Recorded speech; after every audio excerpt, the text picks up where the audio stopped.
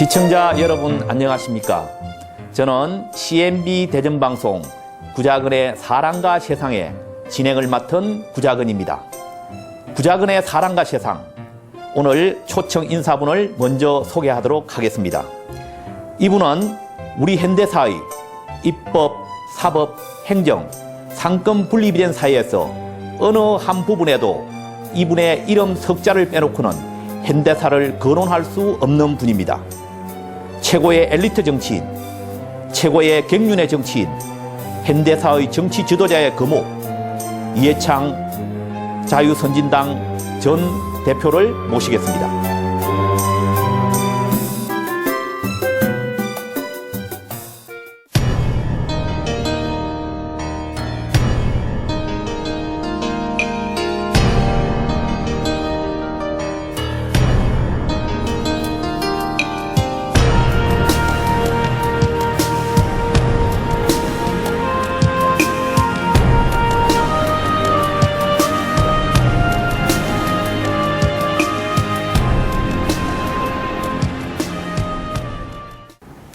구자근의 사랑과 세상, 오늘은 올바름을 아름다운 원칙으로 삼고 여론을 선도하시는 이해창 자유선진당 전 대표님을 모셨습니다. 대표님 안녕하십니까? 안녕하세요.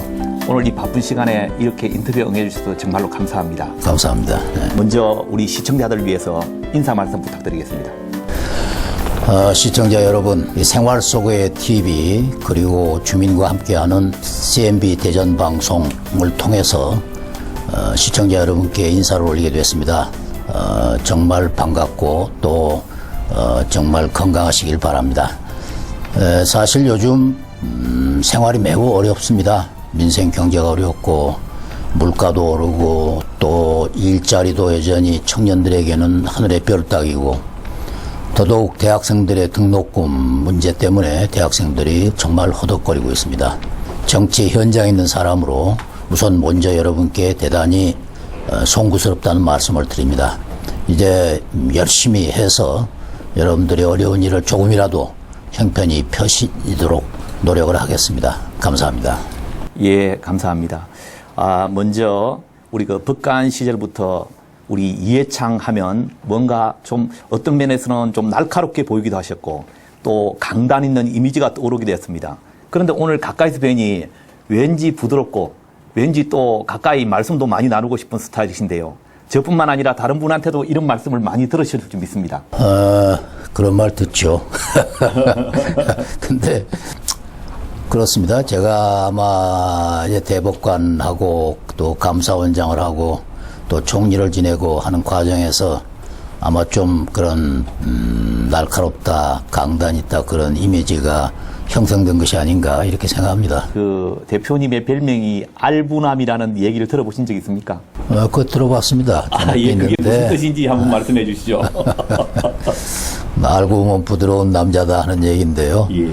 근데 뭐 저보다도 더 부드러운 남자들 많죠. 예.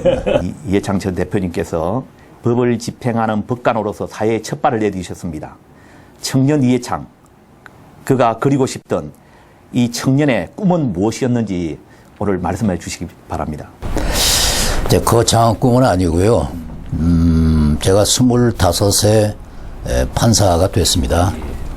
제 아버님이 검사로 계셨는데 제 아버님은 아주 청렴과 소위 정의의 대명사 같은 분인데요. 매우 그 생활은 어려웠지만은 아주 꼬장꼬장한 분인데, 그날 저를 부르시더니 그랬어요. 다른 건 네가 다 알 거고, 결코 옳은 일을 위해서 부러질지언정 굽히지 말라. 딱 한마디 하셨습니다.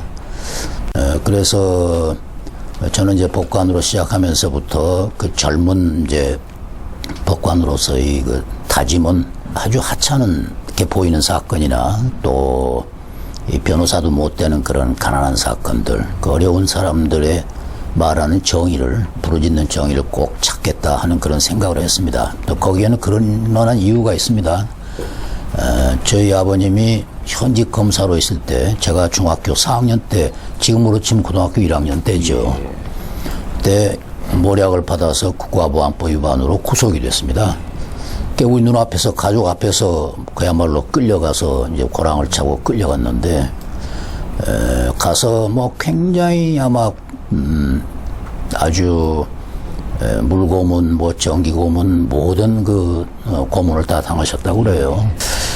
뭐 나중에 이제 결백이 증명이 돼서 검찰이 공소 취소하고 다시 현직으로 복귀하셨습니다마는 그 경험이 사춘기 때 겪었던 경험이 이제 법관이 되면서 제게 그러한 좀 다짐을 하게 했습니다. 제대로 보호를 받지 못하고 내몰린 그런 사람들에 대해서는 반드시 변호사가 없다 하더라도 반드시 자신들의 정의의 목소리를 반드시 찾아야 한다. 이제 그런 신념으로 법관 생활을 이제 시작하게 된 하나의 저게 됐다.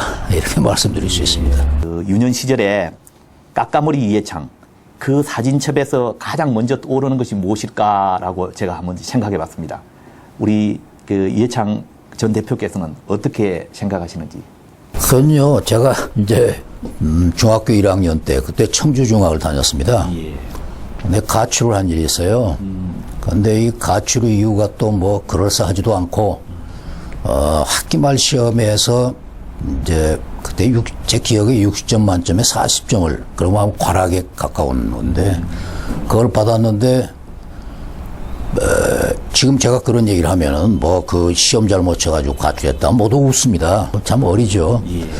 꽤 나왔는데 청주에서는 그때 서울 가는 기차편이 없습니다. 이제 조치원으로 나와야 하기 때문에 한 30리길이 되는데 거기를 걸어서 이제 조치원을 가는데 그때가 좀 추운 예. 계절이었습니다. 겨울에 초입이든가 마지막이든가 아마 이제 정확한 기억은 없습니다만은 지금도 기억이 나는 게 그 논 속에 있는 농갓집에서 저녁 짓느라고 이제 연기가 모락모락 나는데요. 그걸 보고서 저 안에서 지금 부모들과 같이 앉아있는 애들 얼마나 행복할까. 평소에는 제가 도시에 살고 하기 때문에 오히려 제가 행복하다고 생각했고 뭐 거의 참 어렵게 사는 이제 농촌 아이들이 안 됐다 생각을 했는데 그때는 비교할 수 없을 정도로 부러운 생각이 들었습니다. 네, 이제 아버님이 밤중에 놀래가지고서 수배를 해서 결국 이제 그 영몬한테 들켰습니다. 예. 그래서 이제 전화 받고 아버님이 쫓아오셨는데 딱 들어오시는 순간 저는 이제 염치 없기도 하고 예. 또 야단 맞을까 봐서 고개를 숙였는데 쫓아오시더니 저희 아버님이 한 150 몇 센치 아주 당구입니다. 키가 예. 작습니다. 그런데 저를 바짝 안으시더니 앉은 채로 타고 온 택시에 올라타서 집에 갈 때까지 안고 놓지를 않으셨습니다. 예. 그러면서 한마디 딱 하셨는데 너 나와보니까 세상이 냉정하지 한마디 하셨습니다. 정말 뼈에 저리는 이제 실감 있는 말인데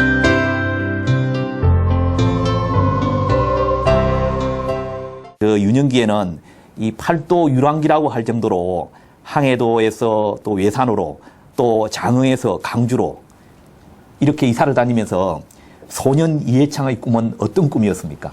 네, 그게 저희 아버님이 이제 원래 우리 고향이 충남 예산입니다. 예. 200년 가까이 이제 내려온 집안인데 저희 아버님이 이제 공무원으로 각지를 다니시면서 황해도 성에 가서 근무하실 때 제가 태어났습니다. 예. 그 뒤에 전라남도 장흥으로 광주로 순천으로 다시 또 광주로 중학은 또 이제 광주 서중에 입학했다가 청주중학으로 갔다 그다음에 경기중학으로 갔다 예. 그리고 6.25 때는 일사후퇴 후에는 또 부산에서 몇 년 이제 피난하며 살았죠. 그때 제가 역사책을 좋아했습니다. 예. 역사가가 되겠다. 그것도 사실 오래 안 간 것 같고 분명한 것은 제가 정치인이 되겠다 하는 것은 한 번도 그런 생각을 한 일이 없다 어릴 때는.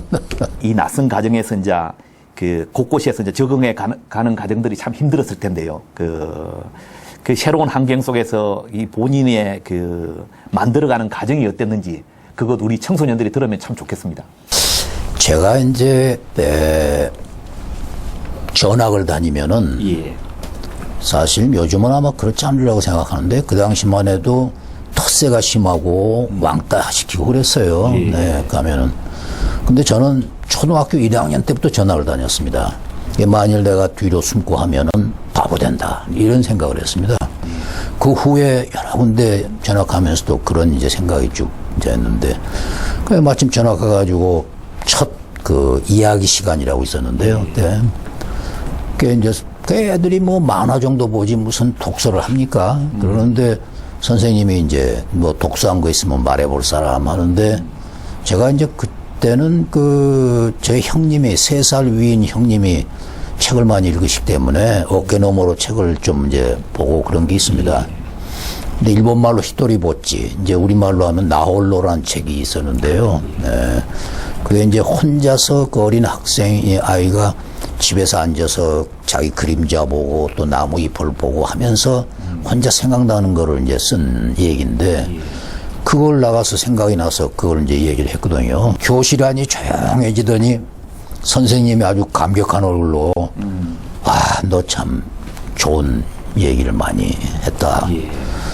그 이제 속으로 우쭐했는데, 이제 그게 이제 처음 전학 가가지고 내 자리를 잡는 역할을 했습니다. 다중의무리 속으로 숨으면은 그러면 좀 이제 좀 기회가 없어지죠. 그래서 적극적으로 앞에 나서고 하는 그런 자세 또 마음가짐이 필요하다 이렇게 생각을 합니다. 처음 우리 사모님과 만나서 이 선을 보신 후에 그 사모님께서 그 무서운 양반이랑 어떻게 살아요라는 그런 표현을 쓰셨다던데 그 말씀 한번 듣고 싶습니다.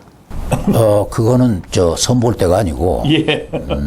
제가 감사원장 때로 기억하는데, 예. 그 부인들 무슨 이 봉사 모임 같은데 아마 처음 나갔던 것 같아요. 예. 그러니까 이제 아무개 부인이라고 소개하니까 그 중에 있는 분이 그 무서운 사람이랑 어떻게 사느냐고. 예. 그랬는데 이제 좀 있다가 또 소개하는 양반이 이렇게 보시다시피 매우 얌전한 분이라고 그러니까 예. 그 말했던 사람이 아, 무서운 사람이랑 사니까 얌전해졌겠죠, 뭐. 그래서 이제, 사실 이제 요즘은 제가 얌전하게 우리 아내하고 살고 있습니다. 아, 예. 근데 이제 얘기가 나왔으니까 얘기인데, 이 예. 정치가의 부인들이 사실 참 고생이 많아요. 예. 어떻습니까? 제가 후배로서 말씀 한번 듣고 싶은데, 혹시 가정을 이렇게 꾸려 나가시면, 경제력보다는 그래도 어떻게 더 중요한 것은 신뢰와 소통 그런 것 같는데, 지금 말씀 들어보니까. 그렇죠. 네. 그렇다고 제가 무슨 인꼬부부처럼 자랑하면 그것도 팔불출이고. 그런데 이제 연애처럼 갑자기 생기거나 막 스스로 솟는 그런 것보다도 이제 오래된 생활 결혼이라는 것은 서로가 노력하는 거죠. 예. 그래도 우리 이제 이전 대표님 하면은 이 원칙과 소신이 오르는 대명사 같지 않습니까? 근데 이제 그 중에서 본인의 삶의 철학, 또 자제분들 가르치는 교육 철학, 또 이런 것들이 또 궁금하신 분이 많으실 줄 믿습니다. 가끔 이제 저한테 그렇게 물어보는 분들이 있습니다. 뭐냐면은 지금 아이들을 교육하는데 참 고민스러울 때가 있다. 가령 바르게 살아라. 올바르게 살아라. 원칙대로 해라. 이렇게 가르치자니 지금 세상이 어디 원칙대로 가느냐. 네.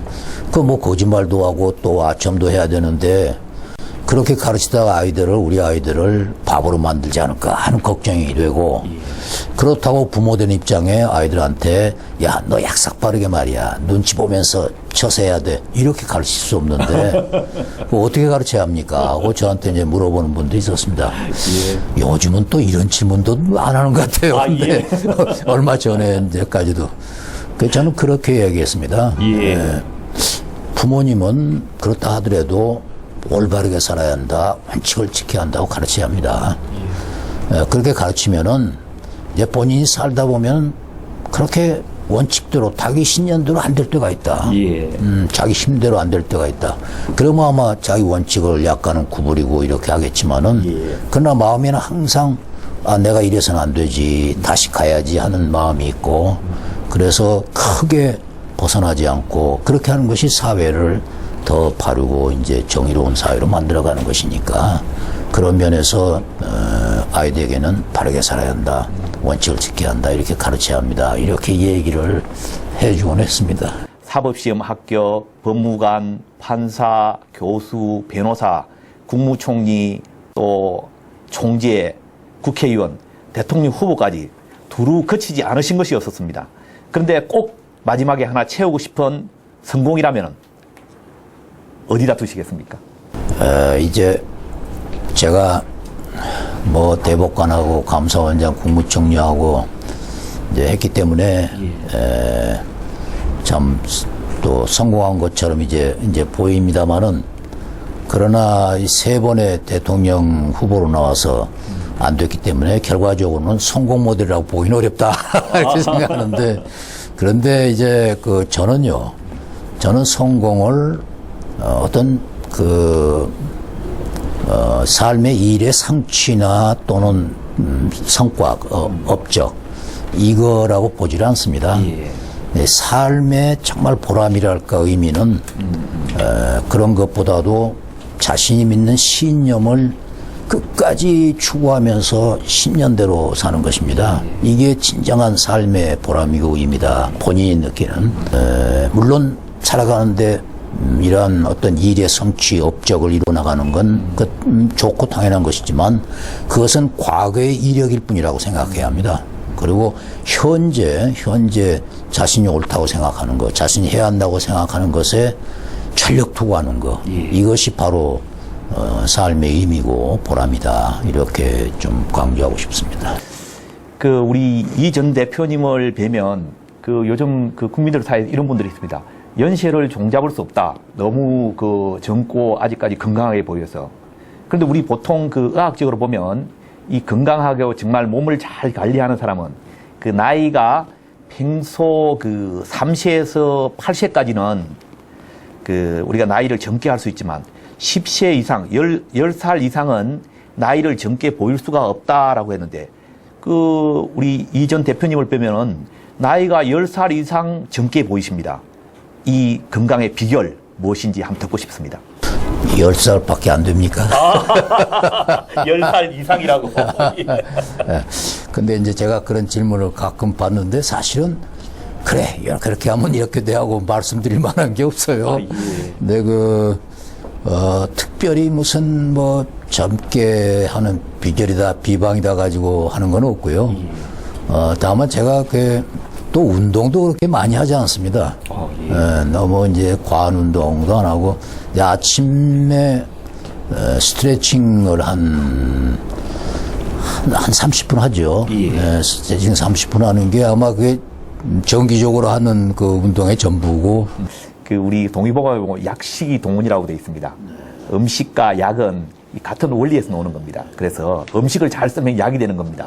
근데 제가 음식 중에서도 가장 제가 하나 권하고 싶은 것은 소식하고 절식하라라는 겁니다.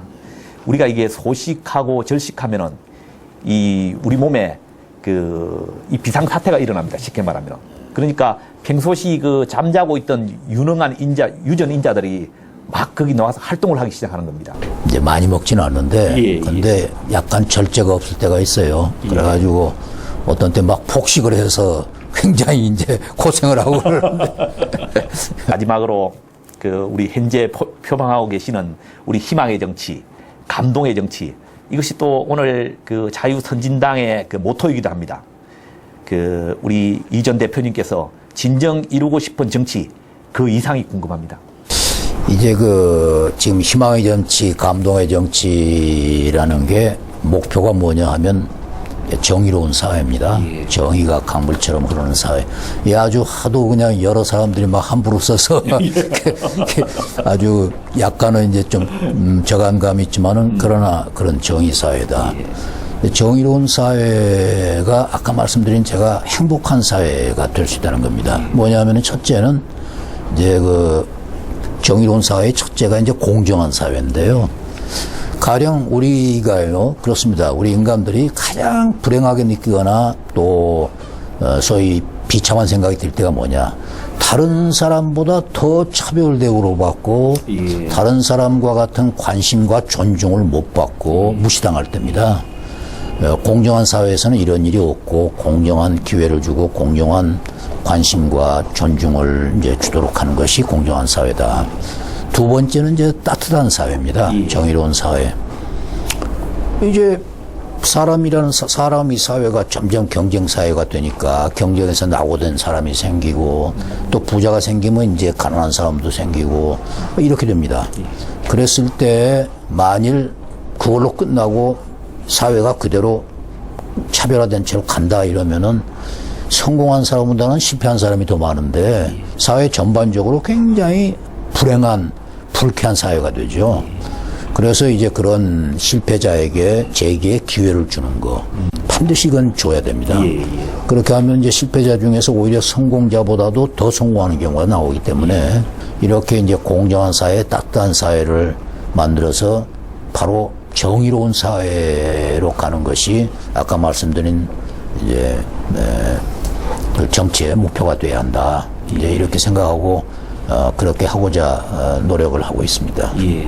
마지막으로 시청자 여러분께 인사 말씀만 부탁드리겠습니다. 예. 시청자 여러분, 끝까지 봐주셔서 감사합니다. 재미없는 말씀을 재미있게 들어주셔서 감사합니다. 아까 처음 인사에서 말씀드렸습니다만은 현재 우리가 매우 힘든 게 사실입니다. 그러나 저는 우리가 꿈과 희망을 이어서는 안 된다. 지금 사실 요즘 평창 올림픽 유치한 것 정도 빼고 뭐 좋은 게 하나도 없습니다. 생각해 보면은. 그러나 여러분, 이제 벤 글리온이라는 그 이스라엘의 건국의 아버지한테 미국의 어떤 유명한 경제학자가 물어봤습니다. 어떻게 해서 이렇게 사막에다가 이런 푸른 낙토를 세웠느냐. 그러니까 그분이 그런 대답을 했습니다. 우리는 첫째 꿈을 가졌다. 이 황막한 사막이 푸른 그런 들판으로 바꿔지는 그런 꿈을 가졌고 또 당신과 같은 경제학자들이 도저히 불가능하다 하는 방법으로 우리는 그걸 성공시켰다. 이제 이런 얘기를 했습니다. 우리 스스로가 대한민국을 이끌어가는 주도 세력이 되고 또 중앙에서는 우뚝 선 그러한 역할을 할 수 있기를 진정으로 바라고 있습니다. 여러분 앞으로 저희를 지켜봐 주시고 그리고 아무쪼록 아무리 생활이 현재 어렵고 불편하시더라도 꿈과 희망을 꼭 가져주시길 바랍니다. 감사합니다. 오늘 그 사랑과 세상은 희망과 감동의 정치로 세상을 바꾸기를 원하는 이해창 우리 자유선진당 전 대표님의 말씀을 우리가 들어봤습니다. 오늘 이렇게 긴 시간 동안 인터뷰에 응해주셔서 감사합니다. 감사합니다. 예. 뭐 진행을 아주 참 부드럽게 잘하시네요. 아이고 아닙니다. 아니 대표님 오늘 정말 제가 좀 사실은 워낙 그 높은 어르신이라 제가 긴장을 좀 가지고 왔습니다. 아이고. 근데 오늘 뵀더니 정말 그 우리 알문합니다 하는 그 별명이 그냥 나온 말씀이 아닌 것 같습니다. 고맙습니다. 우리 그 CNB 방송을 위해서 크게 사인 하나만 좀 부탁드리겠습니다. 그렇죠.